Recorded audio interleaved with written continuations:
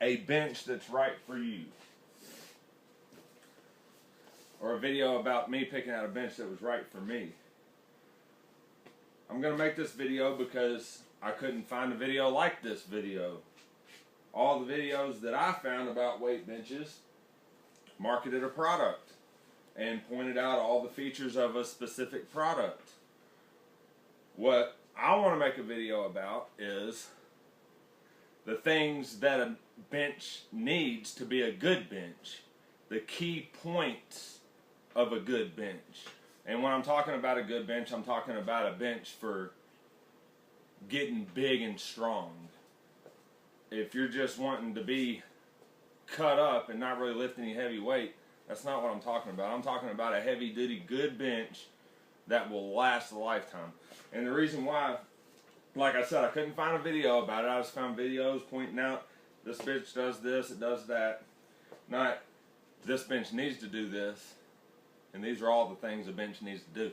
So I was trying to find benches, and I had probably 5 or 6, I don't even know, maybe 10 different things I wanted out of a bench.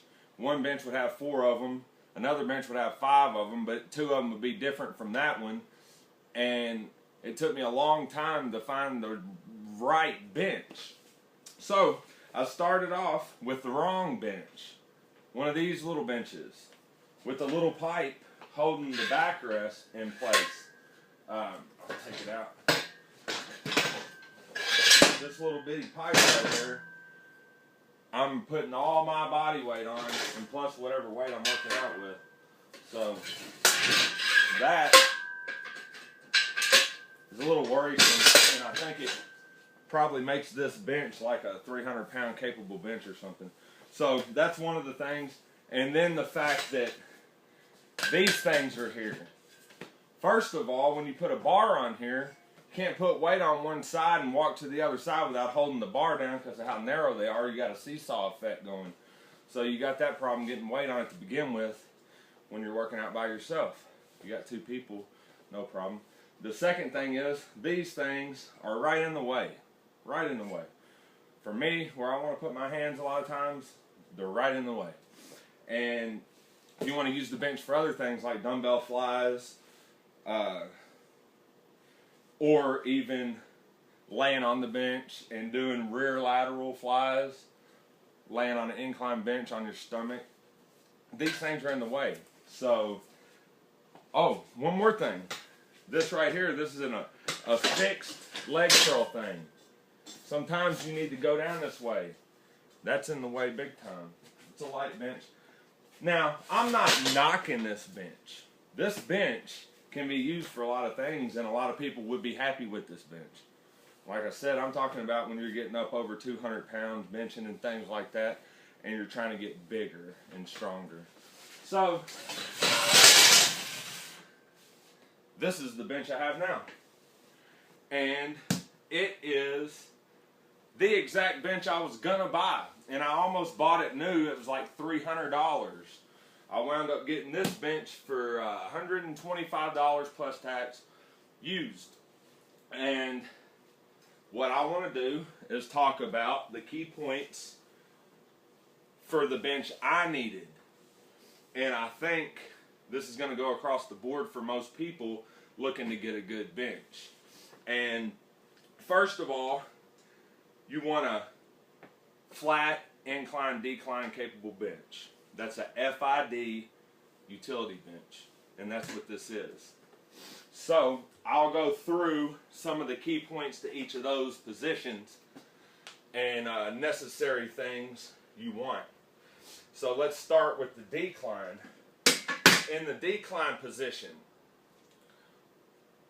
you're going to want to make sure, well, I wanted to make sure, that in this position, my butt rest could also incline to make a straight line or close to a straight line while declined.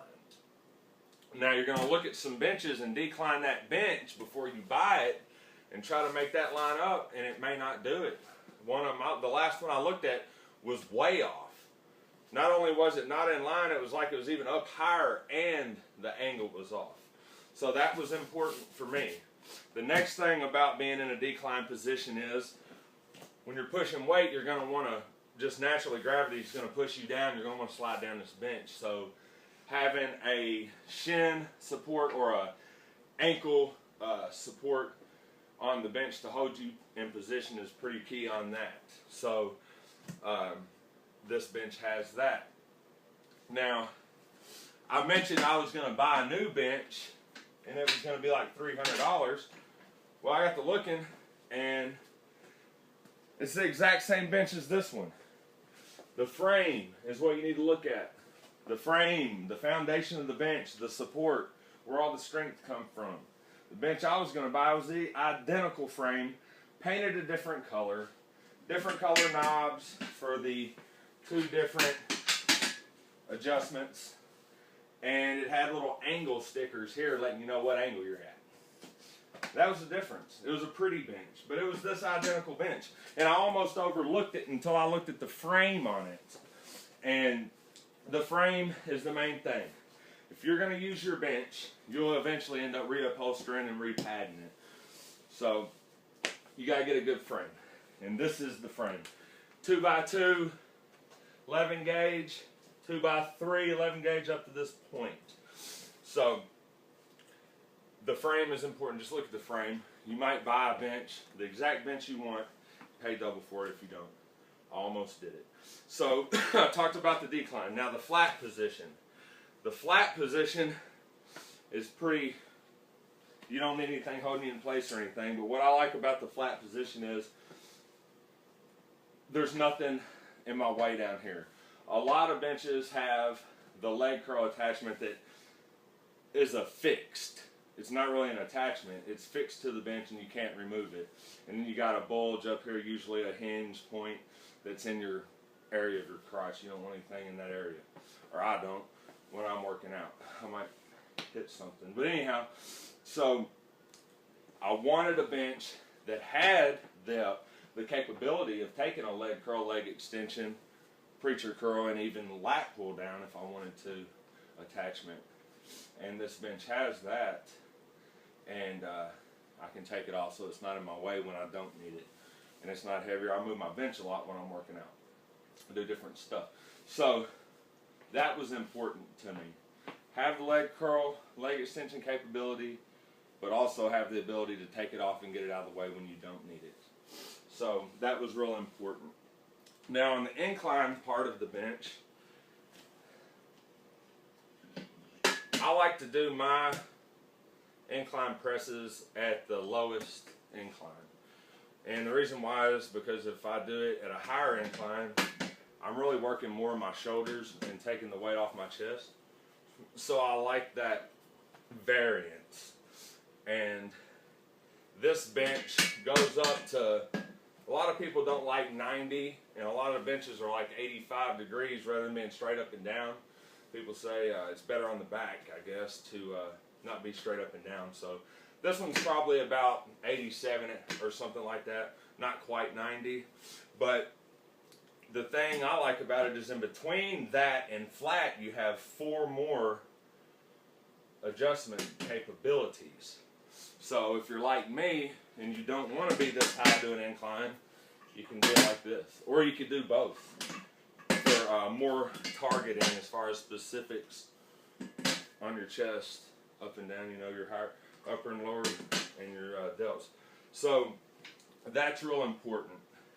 The next thing about a good bench that was real important for me was that the padding doesn't bottom out. Now, if you're looking at this bench, obviously it's been reupholstered.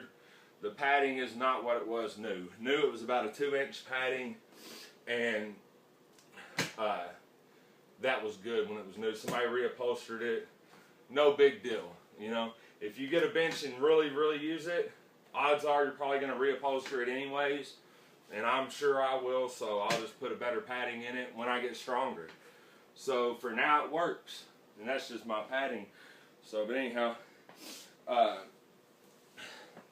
see, I'm bottoming it out now. So, but anyhow, the padding on it, you want a good thick padding that's not going to bottom out on you. And the next thing about a good bench to look at is going to be your pivot point right here, where where your incline and decline of your backrest and your butt rest happens. You want that to be a good hinging point to where you can tighten it. There's no wobble in it. It's a good sturdy hinge. And the reason why I say that is the bench that came with my half rack was on an oval pipe. It actually slid on the oval pipe with a plastic bushing in between it, and when that wore out, it was just a wobbly bench, and there was no fixing it. If this bolt loosens and it gets wobbly, you just tighten the bolt again. So that's real important. Now, one other thing that I wanted out of a bench that I didn't get with this bench is when you're doing leg curls, you can get a handle that goes underneath the seat or the butt rest. So when you're doing heavy leg curl or leg extensions, you can hold that handle. I've always just held on like this to the bench, but there is an option of a handle here, and then for your leg curls, a handle here when you're laying down doing your leg curls. And if you get a bench without it, you can buy an attachment and just bolt it on, so that's not a big deal. So the key points to a bench that I believe every bench should have: flat, incline, and decline positions, multiple incline positions, a support for the decline position, leg curl, leg extension, lat pull down, preacher curl, attachment capable, but not a fixed, because it will get in the way and it's kind of bulky and heavy when you're not using it. You want to be able to move it out of the way. The multiple incline positions, a good sturdy pivot point, heavy duty frame, a good solid padding, and what else did I want out of it? Whenever you incline, it's important that your butt rest can incline with you. This one has 3 different positions: flat and 2 incline positions. Because when you're inclined, just like when you're declined, you're going to want to slide. And if this is flat, you can slide and curve your back at the bottom. So that kind of helps you stay in place on the incline. That's real important. And I believe that pretty much covers everything that makes a good quality weight bench. Hopefully, I covered something somebody's looking for, and you won't make the mistake I made and buy a bench that you only end up using for about 3 weeks. So, I think that's it.